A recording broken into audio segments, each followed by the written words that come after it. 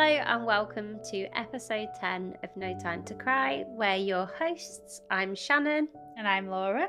And today's episode is just going to be a bit of a catch-up, really. Just a bit of a recap after Christmas. Obviously, we put the Christmas episode out quite early in December. And I think it's only fair to have a bit of a catch-up and see how we actually felt over the Christmas period in comparison to when we were talking early on. That would have been recorded possibly sort of first week of December, wasn't it, Laura? Yeah. So, yeah, we just wanted to kind of check back in. Obviously, welcome you guys to give us a bit of a feedback about how your Christmas was. I've actually spoke to a couple of the listeners since then, just to ask them how it's been, especially some of you that I know have lost people recently, and this might have been your first Christmas sort of without your a loved one. So, yeah, how was your Christmas, Laura? Let's get stuck in. So it was my third Christmas since losing mum. I'll be honest, it was harder this year, I think, especially the run up, because I think it started to feel more real that she's not here, and all of the traditions that she used to be a really big part of, and even was the main person that led them, I guess, are a bit sadder because it's just so much more. I don't know, it just feels so much more real that she's gone. Yeah. Whereas I think for the first Christmas for me, it had only been a couple of months, so it was just, like I said previously, a bit of a non-event for me. I didn't even think about celebrating Christmas really. So yeah, and now of course that I've got two little girls, it's just ever more present to me that she's not there and she's not able to spend time with them and to see their little faces when they open their presents. Yeah. And so yeah, that was really, really tough. But on the flip side, I spoke to my husband and he said, look, the two things can coexist. Like, it's okay for you to feel really sad and to really feel her loss even more so around Christmas, but you've got two little girls as well, and she would love nothing more than for you to spoil them and make it super magical. And a lot of people will say that their mums made Christmas magical, and I think I kind of gave my head a little bit of a wobble and said, you're the magic to your little girls now, so you've got to do the same as what mum did for you. And that was really special because it got me through a little bit, and I could see how excited my 2-year-old was. My littlest obviously is just way too young to even know that she's probably even a person yet. So she was just excited by the lights and all of that kind of jazz. But yeah, I'll be super transparent, I guess, and open in saying that I didn't really enjoy it this year as much as I kind of like hoped I could. But I tried, and that's the main very thing. optimistic, weren't we, at the beginning of Yeah. the month? And I think that that's the best way to try and go into it if you can, because the year before I wasn't feeling very optimistic, and I don't think I was even trying to enjoy it the year before. It was kind of, I had it in my head that it was going to be a bad time, and I set myself up for it being a bad time. Yeah. And this year I tried to not do that, and I'm glad I tried to not, because I think there has to, well, I hope at some point you begin to start to enjoy those occasions again, and I'm just not there yet, is what I would say. And I that's think that's okay. Yeah. That's okay. And similar to Laura, I think at the beginning of the month there was parts of it I was able to enjoy this year. I got my decorations up. I tried to, I think I mentioned it on the Christmas episode, I was buying like a little bauble everywhere that I went, trying to get into the Christmas spirit. And I think what happened is, by the time that Christmas Day came, I was just exhausted of trying. I was just knackered, like I just felt, I think it's quite a lot, like it's so intense. And we had loads going on over Christmas. We've obviously been selling our house. So between sort of Christmas and New Year, and on the lead up to Christmas Day, we were doing viewings, and we did like 15 viewings over the space of like a couple of days. And I was so done with speaking to people after doing that.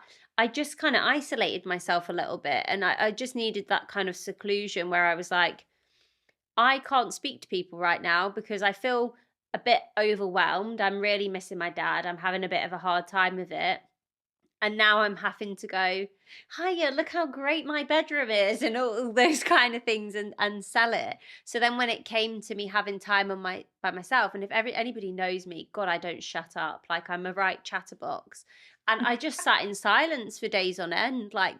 And Jamie was like, are you all right? And I was like, I just need a minute. I just need some time, because I think it's hard enough this time of year putting a brave face on and trying to enjoy it. So when you've got to extra do that because you're trying to get people to sell your house, like to buy your house, it just took it out of me. And I think I didn't have a bad Christmas by any account. Like, I really enjoyed the time that I did spend with my family.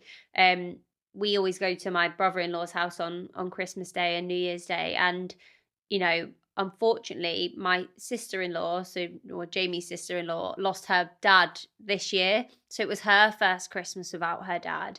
So I think I wanted to make sure for her as well that we were there if she needed us, and because I get it and I understand it. And I think this is what we talk about all the time, is you feel, I'm very close to her anyway, but you definitely feel a deeper connection to people when you've been through similar It's a trauma experiences. bond, isn't it? Yeah.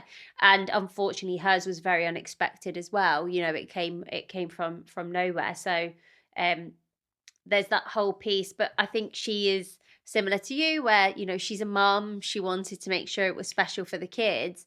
And actually Christmas Day, I think she was kind of in a good place, but a New Year's, and I've on social media, I've seen a lot when you do a podcast like this and when you follow pages to do with grief, you really do see other people's experiences of grief. Mm. And it seemed like this year I was seeing a lot about people struggling with going into a new year without that loved one. And I think it's almost saying they passed away last year, Yeah, which yeah. feels like a big deal, if that makes sense. Yeah, entering a new year without your loved one, especially when you've been through like a tremendous loss, it just makes it that much more, oh, that really happened, Yeah. doesn't it? And I did the same when we lost mum.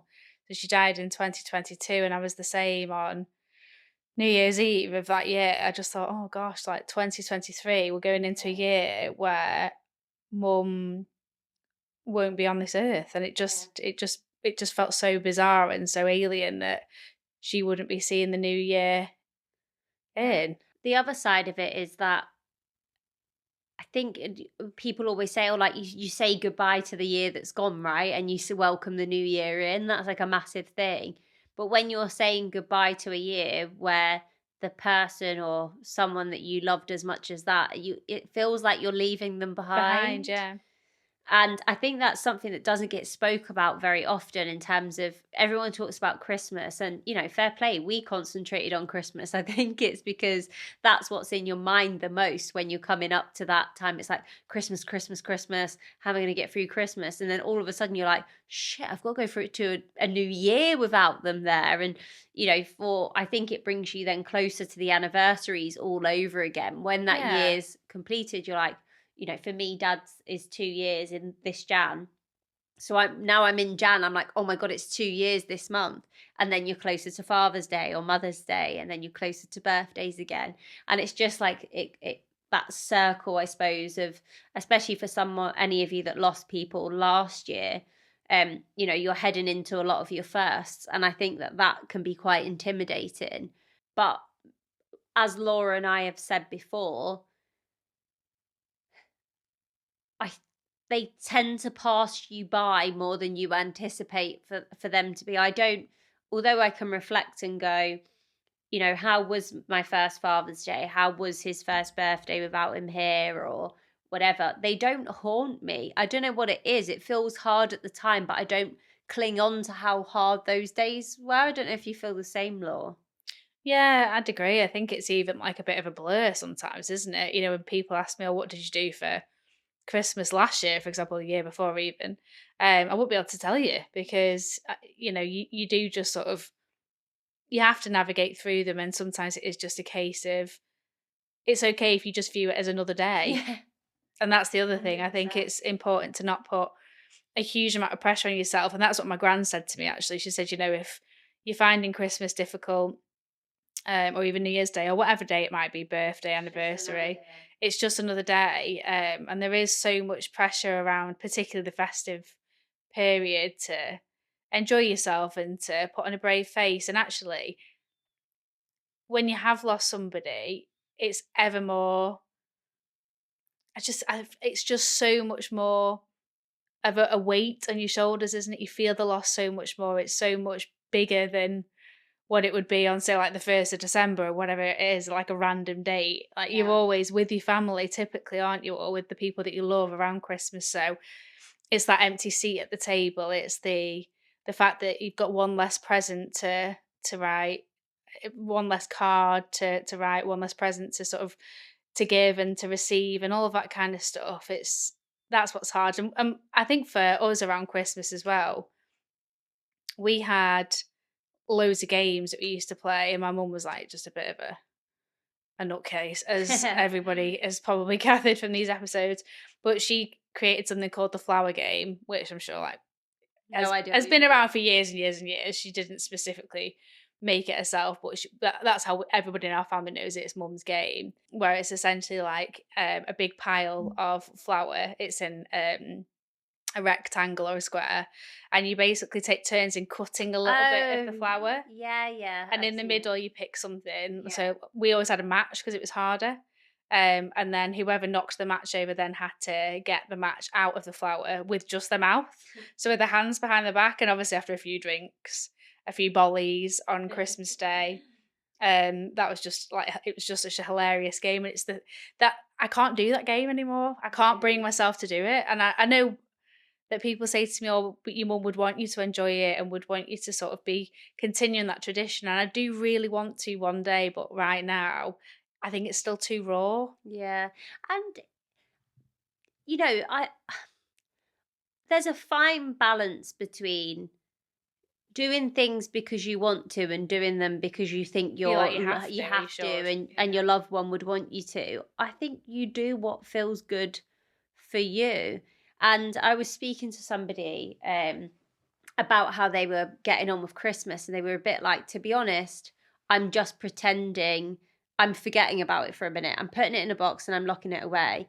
And I appreciate that that might not seem like the healthiest way to deal with it, but I think through these like particularly with these festive periods, you've got to do what you've got to do to get through it. Yeah. And if it means parking it for 3 weeks whilst you get through Christmas, and then you deal with maybe how you might be feeling in the new year, and if you're struggling with stuff, especially if you're in therapy, you might want to pick back up with your therapist in new year. I know I am. I didn't speak to them over Christmas.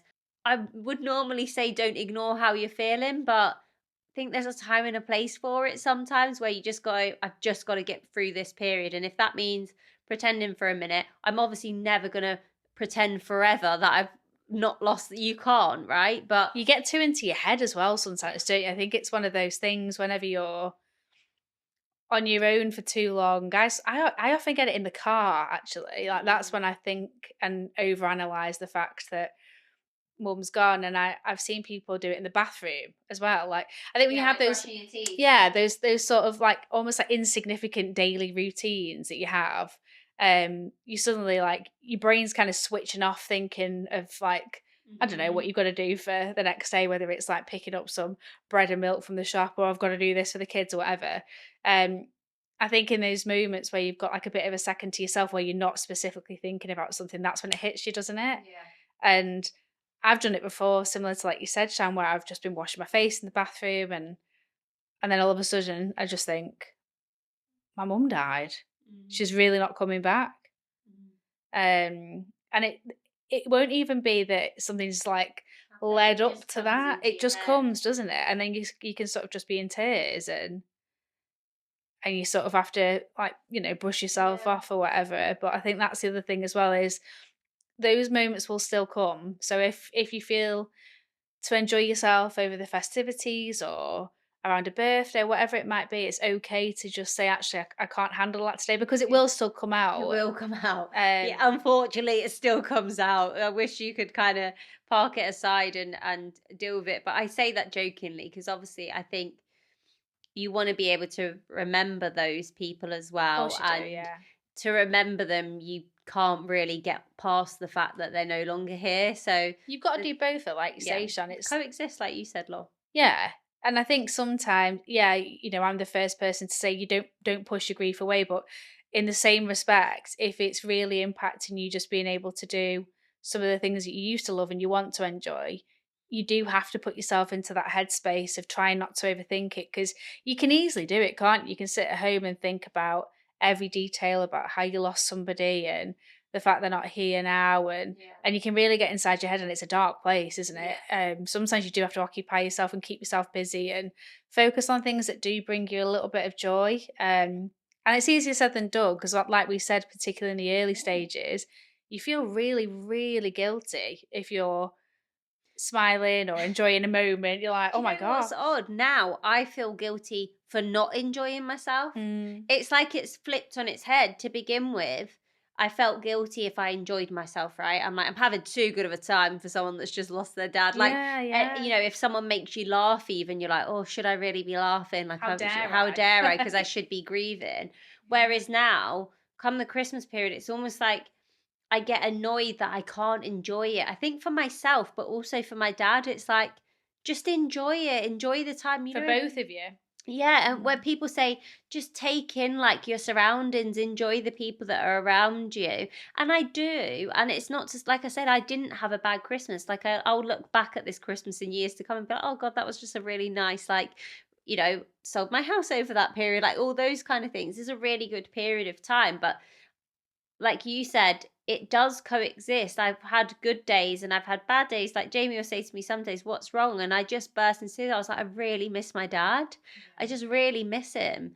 And it's like I think at that time when you're trying, I think it goes one way or the other. You try and box it up and you're able to box it up and you deal with it at some point, or some people don't deal with it and then it does come out eventually in some kind of negative ways, potentially years down the line.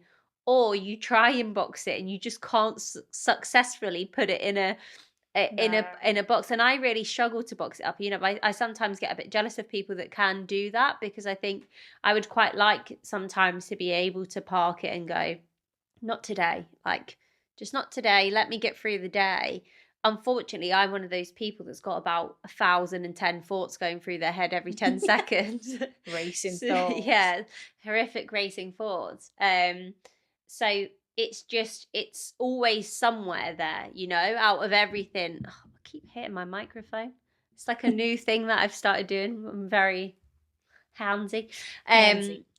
But it's always one of those thoughts that's going through my head. And some days it's right to the back of the queue, and other days, it's number one or two on that list. But I think for some, if anybody relates to that, please tell me you do, because I don't sound like a No, it's, maniac. But it's completely normal, I think. for somebody that's constantly, I'm 24/7, I'm like bang, bang, bang, bang, bang, bang, bang.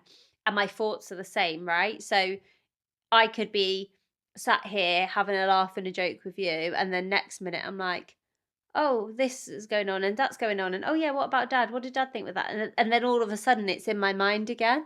So Mm. I'm just not quite capable of going, nah, don't want to think about that right now. If I'm going to think about it, I'm going to think about it. So I find it easier just to say, well, when I do think about it, how do I handle it? How do I deal with it? Do I want to sit with it and feel it? Or do I just want to acknowledge that I'm feeling like that and go, okay, I've acknowledged it. Let me see how the rest of my day goes. Because I try to not let it become, when people say, like, oh God, I'm so bad at remembering sayings, but it's like one thing could ruin your whole entire day. But if somebody gave you like 2 pence less than a pound, you probably wouldn't think about it. You wouldn't go, oh right, we'll just take the pound then, like Yeah, take the yeah. rest of it. But if one tiny thing pops up, that doesn't mean the rest of your day, week, month, whatever it is, needs to be the same. It's more like, okay, let me acknowledge that I'm a bit sad today. Doesn't mean I'm going to be sad tomorrow. Yeah, you've got to try and not wallow in the sadness, because it's just, you can quite easily just fall into the trap of just having a negative moment and a negative day, and then you've really got to try and focus on trying to get yourself back on track. Otherwise, it can really eat away at you, Manifests can't it? into Yeah. a really negative time. And I think we've all been there. God, yeah. Like, we've all had probably last year was probably months where I was like that. Whereas now, and it's like when people say it just kind of it grief holds itself in a different way. I don't tend to spend months or weeks feeling one fixed emotion because I've got more. You can go through all of them in a day. Yeah. That's why it's so exhausting. Like, I had a conversation actually with somebody about this before Christmas, and as we've said a few times now, grief really, really isn't linear.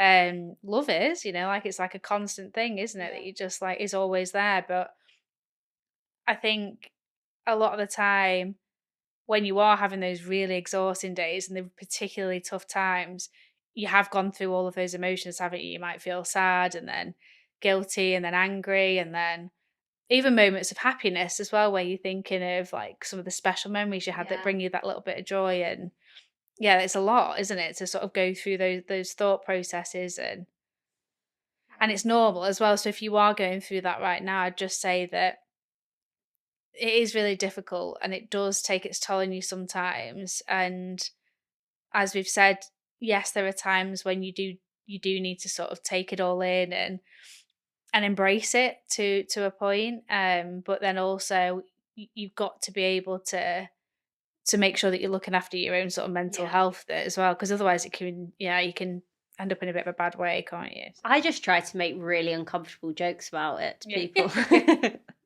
I'm just like, yeah, well, let me just see if I can make a bit of fun out of it Oh, it's hard though, and isn't it? chuck a few funnies in there. And then people go, should I laugh? Should I not laugh? But I was speaking to actually someone I've recently got back in touch with over grief, sadly, but I've not spoke to them for probably about 10 years, since Wow. leaving school. And I caught up with her and I said, how was your Christmas? Because I appreciate, like, I'm sure it's been a really tough time for you. And she mentioned about like the loved one that she lost. She just kept expecting them to walk in, Yeah. like when you're opening your presents, like walk in the room and I kind of reflected back on that. I thought, oh gosh, that's so harder, but I completely get it because your brain, when it's so fresh, your brain hasn't associated it yet that they've died. So No. it's you get these little flash thoughts that come into your head that you think, oh, they'll be here at this time. If they always turned up, like say that someone always came to your house at 2 o'clock, or every time you went to a certain area, you always went to visit them and you associate them with certain things, they haven't left your brain. Those No. associations are still there.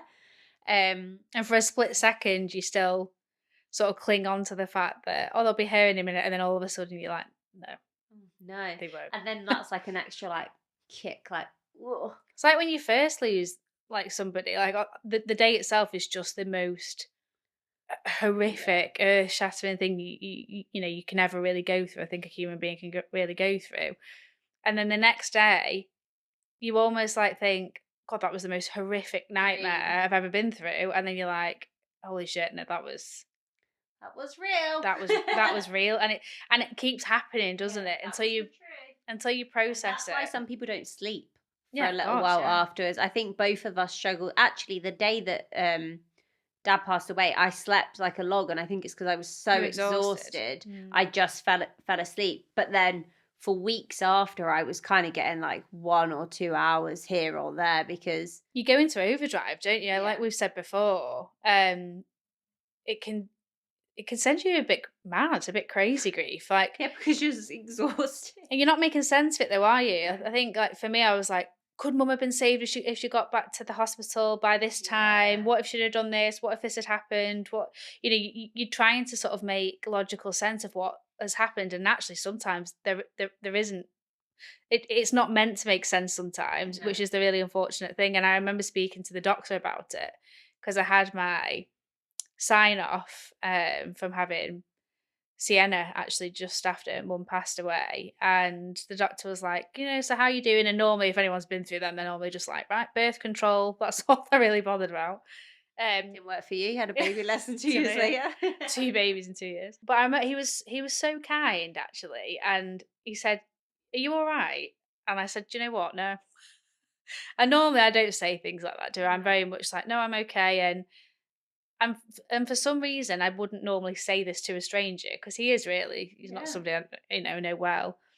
I just said to him like, "Oh, my mum's died," and like I'm really, really struggling to understand how she could have had the conditions she had. They weren't picked up on, and I feel a little bit like she was let down. And he talked me through like what had happened to her. Mum did have like a huge heart attack, unfortunately, and he said, "Look, there are people that can have heart attacks every day that would never even know they'd had one, Yeah. because they can just be, really small ones. And unfortunately, Mum had the biggest type that you can have."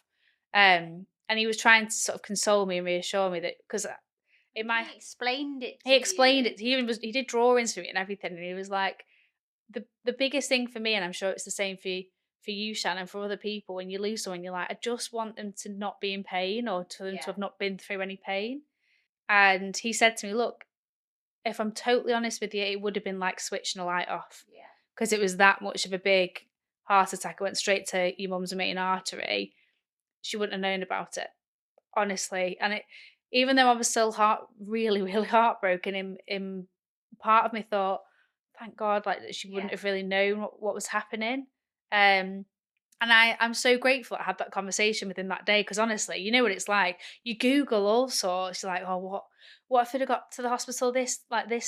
amount, If they'd this, turned up 30 seconds earlier, yeah, would they have been able to resuscitate her? exactly. Or if she could have had this, and straight away, now I know if someone's having a heart attack, I could tell you exactly what to do. Yeah. But half the time a lot of people don't even know they're having them, do they? And it's the same with if somebody's struggling with mental health, or because some people can say, "Oh, I saw them last week and they were fine." It's like, "Oh, and they were smiling on pictures," and you just think, Yeah. And that's probably a really good thing to reflect on. Like if you've come out of Christmas and you're feeling a bit shitty about it and you've seen loads of other people posting that they've had the best time in the world and they've had a really good Christmas and a really great new year, they probably haven't. They might have done, "No." but I Everyone think posts the best bits, and again for the social media side, people just think they want to put on a bit of a perception that they are okay as well. Sometimes it and makes you feel I like you do should. get it. I do get it. And I think it's probably opened my mind up a little bit being really open and honest on these because I think it's probably shown a different side to even me and you that not everybody would get to see because you think Yeah. there's some people on your social media that don't spend a lot of time with you. You might have worked with them like 7 years ago or something like that, and you don't really talk to them anymore. And like, I'm not going to post a video of myself like on day to day crying, but I have done on here and posted that. So it just shows, a different reality. And It's multifaceted, yeah, isn't it? I always say that. I think, like we've said numerous times now, like you do have to try and the two things in terms of your loss and you being a human being yourself and having your life right now do have to coexist yeah, because otherwise it can be all consuming. And like Shan said, everybody posts the best bits on social media, and it's great when people do post vulnerable things sometimes so you can relate to it a little bit, but it's so hard to do that, as everybody it is. knows. And I think sometimes people get a lot of slack for that, and it annoys me when I Oh see that. yeah. Like when you see celebrities and stuff, or other people, like obviously TikTok now, it's like there's thousands of people posting about their lives all the time. And anytime I see someone being really vulnerable, I always make a point of liking it or whatever, because I think that It's I really know how hard to much that do. takes. I know how much, and it's so much easier for me. I'm sat here doing it with my best friend, but for to sit in front of a camera, we know when we were recording those initial videos to put on Instagram to talk about it was really Mm. hard to do because you're opening up a part of yourself that usually you keep separate. But you see people comment saying, "Oh God, you're just an attention seeker," and this, that, and the other. And you think, well, no, they've got a platform. They're trying to show the other reality of not everything is smiles and rainbows and big bunches of flowers. So don't discredit that, because then it puts people off from being able to talk about it. And if anything, I've You're learned adding to the problem then as well, aren't you? If 100%. you I actually saw it the other day. I saw somebody, I can't remember who it was, but it was a celebrity saying that they were having a really hard time. And the comments were just flooded with, "How can you be having a hard time? You've got X amount in the bank, and you've got all these world tours and this massive house and stuff." And it's like, yeah, but that doesn't mean Be anything. unhappy. Like, you can be what you can have all the money and the wealth in the world, but it doesn't mean that you're going to be. I think people forget that these are emotions. They're not real. You don't get to pick and choose how you feel about stuff. And they're human beings as well. Like, they're Yeah. not just. But I think people disassociate from, like, how you lead your life to how you feel. Mm. It's like they don't automatically connect, right? You've got I've got a on the outside of things, I've got a gorgeous life. I've got an amazing fiance. I've got a great stepson. I've, my house rabbits. Don't know if I've spoken about that, but they're my life and soul. I've got two, my family, and I've got great friends. It doesn't mean that I don't feel upset, or I don't feel down, or I don't feel confused about things, or I don't get stressed about certain things.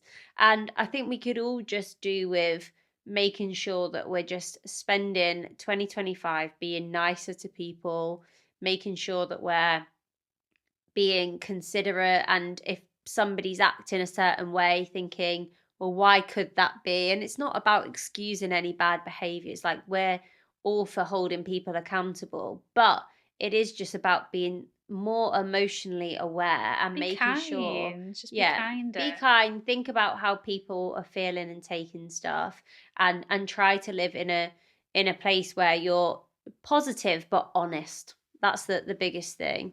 And Yeah. actually, before we end this episode, what's your favourite thing about Christmas this year? What was the one thing you're going to walk away from and be happy about? I know it was a hard time, but My girls. Just seeing how happy they were, just made it special for me, I think. And I don't think I understood what the magic of Christmas really, really was, yeah, until I had my own kids. And now I see Blumenack. Mum did so much for me that I wish I could thank her for. But as my sort of gift to her, I'm going to give it back to my girls. What that's about such a you, lovely Jay? answer. I feel like I'm so nice about Jamie on Hill here all the time. He is really lovely. I He don't really is. have a lot of bad things to say about him ever, to be honest. But I feel like this year I don't know, I think because we've spent a lot of time together, it was just so nice to spend so much time, like, one on one, and just You enjoying and guys. enjoying each other's company and stuff. And obviously, we've got some really exciting things. We're moving house, and although Getting it's slightly stressful, we're married. getting married. Yeah, so we're starting to do a bit more planning of that. And it's just like we've been together 10 years in a couple of weeks. So literally 23rd of Jan, we've been together 10 years. So I think we're just probably like enjoying our relationship quite a lot. And it's nice because Vaughn's getting older now, so it's there's a lot more that we can do with him and together, and that's such a nice place It's a to, new chapter for you, yeah, isn't it's it? a Things for really you to new look forward chapter. to. And I think it's exciting because Vaughn's at that age where he can get excited about the wedding, he can get excited about the house, and he understands it all, and he understands like the ins and outs of it. It just feels like we spent like some really nice time as a family, but also like me and Jamie got quite a lot of time together, which I just am really appreciative, because I do quite like him, actually. That's lovely. Don't listen to this, James, please. He's going to be loving it. I know. As you should, though. No, you're right. And again, like we've said before, when you're going through grief, you do need to surround yourself with the people that bring out the best in you, and that you can do the same for them. And ultimately, that's what gets you through. And yeah, it's really important, isn't it? So Yeah, definitely. Anywho, we'll do a bit of a Christmas roundup there. It's a bit of a mixture of conversation. We didn't plan too much for that one, did we? We just thought we'll just let it we'll flow just let it and flow. Yeah, have a little bit of a catch up. Me and Look, this is the first time we've seen each other since Christmas anyway, haven't we? So it's a bit of it a is. catch up for us as well. But yeah, give us a follow, give us a like, make sure that you're subscribing on YouTube and Spotify. You can give us a follow on Facebook, TikTok, Instagram. Instagram, YouTube. That's everything, isn't it? Spotify. Spotify, yeah. I don't know the rest. That'll be it. That'll be it. Something like that. And we hope you all had a lovely Christmas and New Year. And if you didn't, that's all right. But give us a message as well. I know we spoke about there's a slight delay on one of our guests coming on because they don't live locally, and we wanted to do it in person. So that will be coming out in Feb. But we may have some guests in between. Mm-hmm. So we will let you know about that. But stay tuned and see you all next time. See you soon.